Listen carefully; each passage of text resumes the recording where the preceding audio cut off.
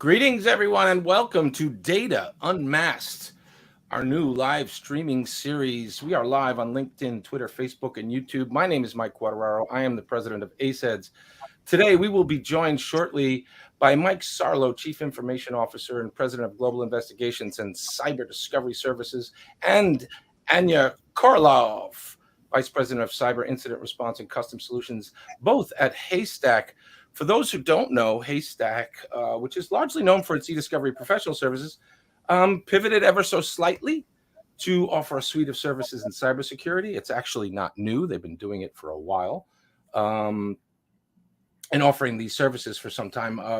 But we always like to showcase what our partners are doing. So we wanted to bring Mike and Anya back to the broadcast to see what they've been up to. And of course, hopefully, bring some value to the ACEDS community. So let's get into it. Anya and Mike, thank you so much for making time today. Hey, Michael. Thanks for having us. Mike, I understand we're live at Clock. We are live at Clock. I'm in Las Vegas. I'm slightly tan. You know, it's a little early here, but we're ready to go. Awesome. And Anya, where can we find you today? I'm actually in Chicago. Awesome. So the opposite of sunny. Yeah. There's a reason they call it the Windy City. It is, yeah. Let's get into it. Let's understand a little bit about what you guys are up to. Mike, you work with really a cross-functional team that assists organizations when they experience any kind of cyber incident. Tell us a little bit about that team. What signaled to Haystack that you should pivot to cybersecurity, and whatever else is interesting about the cyber business. Yeah, so we have a really great, cross-functional team of, lawyers and, forensic, technologists and data scientists who all, work together to solve, post-breach challenges. We've been in the cyber incident response space for, many years, right? More on the digital forensic side. Yeah, I had to catch myself because I said new, but it's not new. You've been doing it for a while. Yeah, but we've really have leaned into, really building a world-class, offering for more of the post-breach response work, which, very much, the old saying around, an e-discovery budget, right? That 10% is the forensics, the other 20% is the e-discovery, and everything else is review, right? So in a cyber incident, that 70% of spend is really all of the legal inputs and outputs, and then really with the evolving landscape around data privacy laws here in the U.S. and abroad, we really needed to deploy a specialized team to handle these matters. I love that you said privacy like you're British. Privacy, yes. Anya, thanks for joining us. You have this background as a lawyer, as an e-discovery expert, and you're responsible for Haystack's strategy when it comes to cyber incident response. For our listeners out there, I want to give them a sense of what sort of happens, what transpires within an organization when they learn of something like a data breach. Is there a playbook out there that you guys use, that you implement within organizations? Tell us a little bit about sort of how you handle it from start to finish. Thanks for having me, first of all. But yeah, there's definitely several playbooks out there. I think the Sedona conference has one of the best playbooks on the incident response. It's extremely detailed. It outlines all the state laws and kind of the plan. I think what's important for organizations of any size to remember is that any organization definitely has some PII data that they have on their employees, their customers, patients, students, anything like that. Everybody has it. And what's important for them to remember is that the cyber incident can happen and it can take many forms. It's not just, some bad guy sitting somewhere and doing something bad to your networks. That does happen, of course. But there's other things that could be going on. There's, you engage third parties to help you with your business. Yeah. They can be affected. You have to remember that. Employees also, whether it's intentional or not, is something you have to be cognizant of. I just had a conversation with somebody who said, I left my job about, 6 months ago, took a box out with me, just went through this box and found a flash drive. was employee employee information, and it's just been sitting out there. It's just things like that that I think companies really need to be aware of and have some sort of containment plan. But if something is to happen, I think one of the important things, the first thing they should do is reach out to their insurance carrier, because the insurance carriers will always have a mini playbook and recommendations of who the company should reach out to for the breach coaches, for legal representation. For somebody like Haystack, the insurance companies kind of have that information.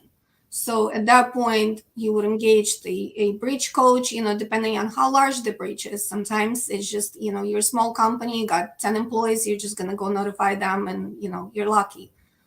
In other times, you will need to bring in a breach coach to help you through the process. And that's kind of where Haystack comes in. We are the company that helps kind of mitigate and identify what is actually been taken. We can go through the data. We can identify all the data subjects that have been potentially impacted. And we work closely with insurance companies and the breach coaches to kind of help the companies get there as quickly and efficiently and honestly cheaply as possible. Mm. And correct me if I'm wrong, because I mean, we come at this, obviously ACEDS is an e-discovery educational organization. So we kind of come at this from an e-discovery perspective. And we certainly respect the fact that things like cyber, InfoSec, privacy, that all that stuff is sort of e-discovery adjacent. Mm-hmm. It's my guess. I haven't done work in cybersecurity. It is, yeah. It definitely is, yeah. It's my guess, Anya, that a lot of what we know about e-discovery and the history of that over the last 25 so years, a lot of those processes translate into responding to a cyber incident. Am I right about that? They do, yeah. Definitely the basis of it is e-discovery for sure. The e-discovery tools like Relativity and other platforms, Real, they can be used for this, and we most certainly use them. There's other tools out there that are more pivoted towards the incident response and AI tools, things like that. But the basis of it is e-discovery. Yeah, you're collecting, you're processing, exactly. You're reviewing. Exactly. Right. Yeah. The goal is a little different. Right. And even in the discovery, I would say that any litigation, the goal is to cut down the amount of documents you need to look at, right? That's always, nobody wants to just kind of review everything. Mm-hmm. Same with cyber, you want to cut down the population of documents that you're going to look at, because you just need to find that person once and notify them once. You don't need to keep digging, for how many times that person showed up, in however many documents. So you do end up using all of these e-discovery tools like analytics, threading, textual near deduplication. They do come in here, and we do utilize them the best we can to help us get to the smallest population of documents possible. We do use search terms still, even with the kind of increase of the AI technology use.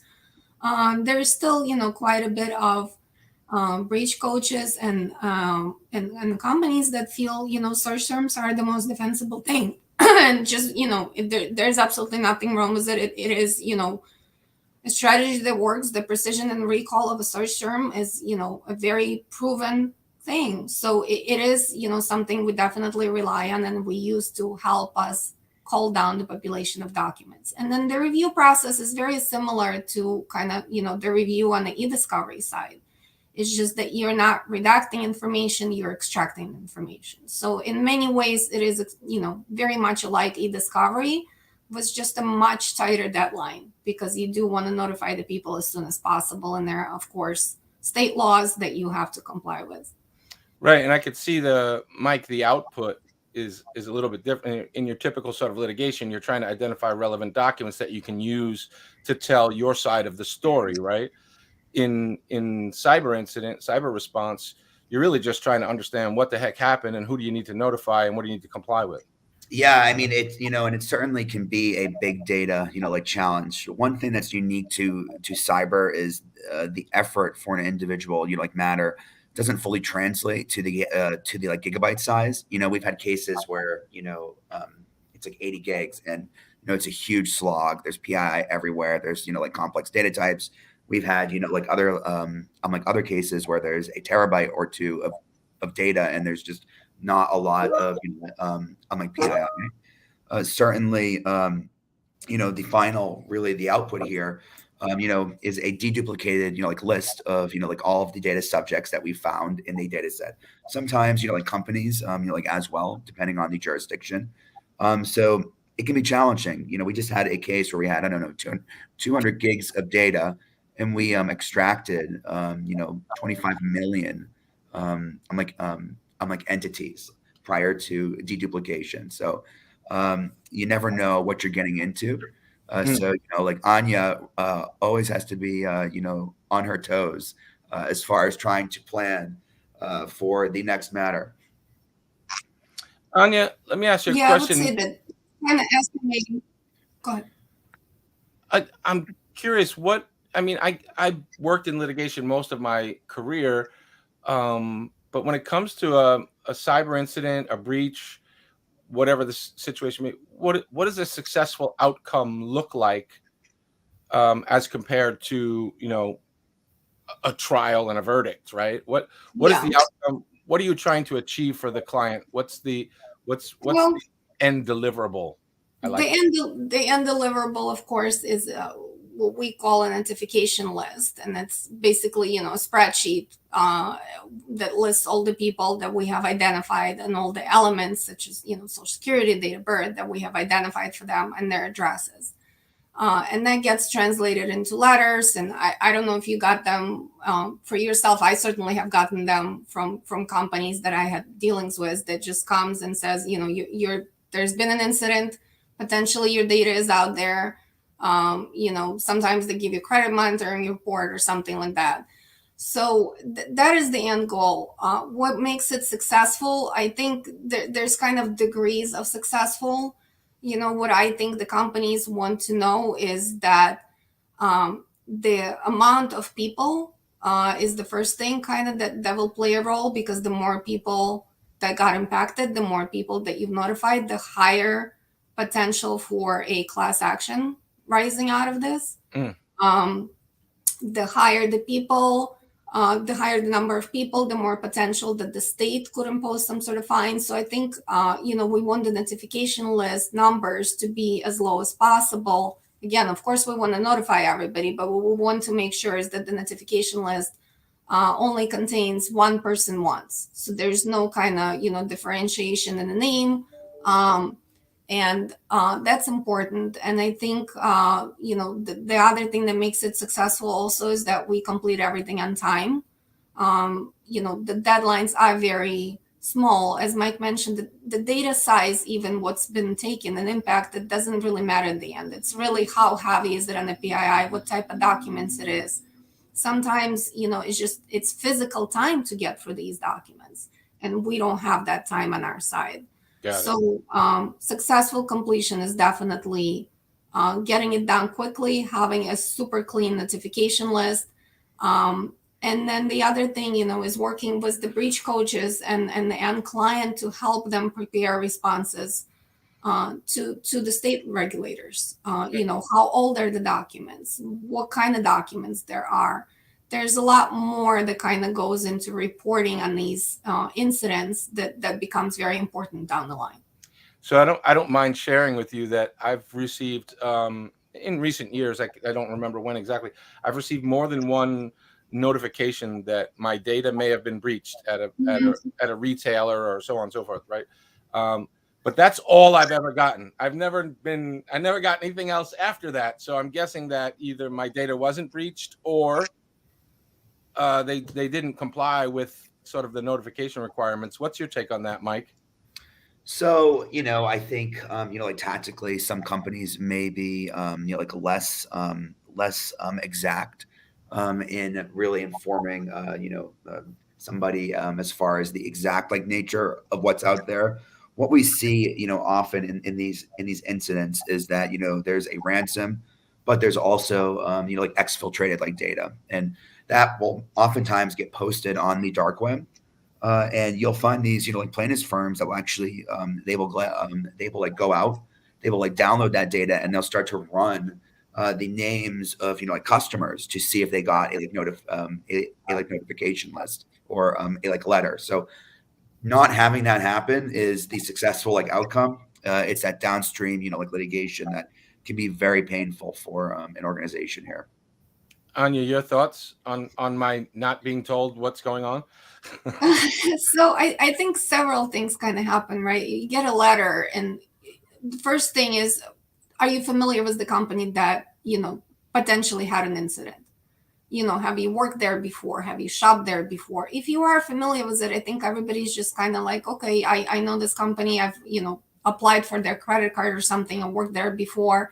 It happens. I got my credit monitoring for a year. I'll just watch my credit history, make sure nothing happens. Some people, when they get that, their natural inclination is, well, what information was taken? I want to know exactly what was taken. So there's always a phone number in the letter that you can call back. And at that point, it comes back to somebody like me and Haystack. And we say, okay, well, let's go find all the documents that we have on this individual and see what information was specifically contained within those documents. And then the other thing sometimes happens is you get a letter and you have no idea who the company even is. Yeah. And I think that's when people, that's the third party breaches that I was talking about. And that's when people get really worried. And that's when you get more, the percentage wise of people calling back, kind of saying, who are you? How do you even have my data? Right. So I think the third party kind of incidents are, in that sense, the most dangerous, because the more people call back, again, the more potential down the line for them to organize and have a class action. Fantastic. I've got to ask this question because I think it's so important. I mean, most organizations, I think, do a pretty good job at least sort of awareness training. But what role do you think that education can play in not just dealing with, but preventing cyber incidents? It's the most, it really is the most important thing, right? So we have a robust, like training program here at Haystack. We do, simulated, like phishing, like emails. We have a big program here. God forbid you, like click on one, you get, like put into the like remediation school where you have to take like extra like lessons. We have that too. Yeah, it's so important. I mean, we had a lot of breaches even with, like customers who have, like multi-factor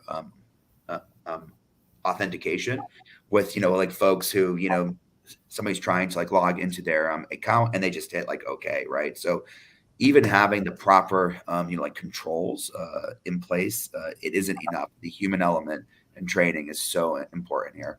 Yeah. Anya, your take on education? I agree. It's probably the most important thing. As I mentioned, the companies think they have an idea what kind of data they have. More often than not, we find that they don't. They don't realize how far back the documents go. Information governance and kind of document retention policies are, of the utmost importance. And we work closely with Haystack. We have, people that also provide training on that, and we can come in and kind of do an assessment. It is the most important, because even if you've done everything and something happened and you have to deal with it again, for the regulators, you have some sort of proof that you did your best and still something bad happens. It always will, but you've done your due diligence. And I could imagine an insurance company saying, you breached your coverage because you didn't train your people properly or something like that, right? So I could imagine something like that happening as well. Here's the thing too is, in New York, like in particular, the Department of like Financial like Services is really, like laying down. There's some new, like regulations that are being like contemplated through, like commenting right now. And if you're an organization who doesn't have these training programs, you can have a lot of liability, right? You're really like at the board level. So it's really, like interesting how heavy of a hand that, like New York State is, taking. And that's going to set the tone, really on a national scale. Yeah, I can see it. Last question. Are you using project management in these situations?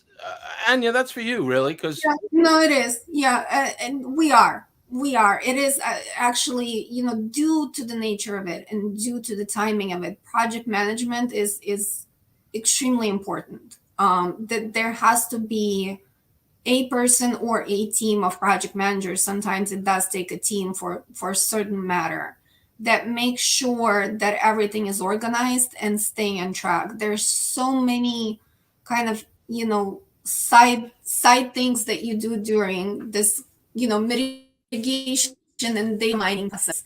And you have to stay on top of it. And that's where project management comes in. So, to compare it to the e-discovery project managers, a lot of that training does translate, where we was the collection, where we was kind of the scan, the processing.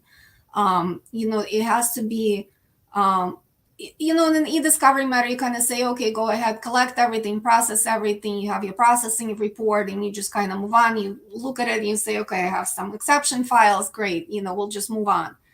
In a cyber matter, it becomes so much more important that you account for every single document that could have been potentially taken. So that process kind of, is on steroids. So you have to have somebody manage that process. And then you have the process where you actually, have a team of attorneys or paralegals looking at the documents. So somebody has to manage that process. And then you have the kind of the end thing of it is the notification list, the duplication of data subjects, all of that. So there's at least 3-4 large components of this process that need to be managed. And somebody has to stay on top of it and make sure that everything is moving along and every side little thing is getting taken care of. So project management in a cyber is, it's definitely present and it's very important. All right, we're coming close to time, but before we go, anything new, anything interesting coming up? Anything you want to share with the audience today? Events, launches, roadmaps? Yeah, so we have I'm like fully integrated our like Protect Analytics suite now, like with like Relativity. So we're deploying that for like customers, outside of the incident like response world. So that's been really great. We'll probably you'll see more of that, like coming soon. We've really enhanced our capabilities to deal with really more like structured data and like large Excel files. In these matters, the per doc rate for these types of files can be 2 or 3 like docs an hour. So having a solution to make that go faster is so impactful on the overall like budget. So we have some new tooling that we've been like deploying that tends to reduce the size of that population by around like 50%. Awesome. All right. Well, how should listeners get in touch if they're interested in your offerings? They can reach out to the cyber hotline at HaystackID.com, or they can email like me or like Anya. We're on the website. Anya, closing thoughts? Stay diligent on your data, do your trainings. And if we ever have to deal with you, we will take care of you. I think that's right. I think that's great advice. Well, thank you so much, Anya and Mike. Thanks for joining us today. Thank you, of course, to Haystack. You can learn more about Haystack at HaystackID.com. If you are interested in our short form video interviews like this one, you can find episodes of Data Unmasked and We Are ACEDS Live on LinkedIn, Twitter, and our Facebook feed. And you can check out all these recordings on our YouTube channel. You can watch previous interviews and so on and so forth. Thanks for joining us, both of you. Thanks to Haystack. We'll see you again next time. Thanks so much for having us. Bye.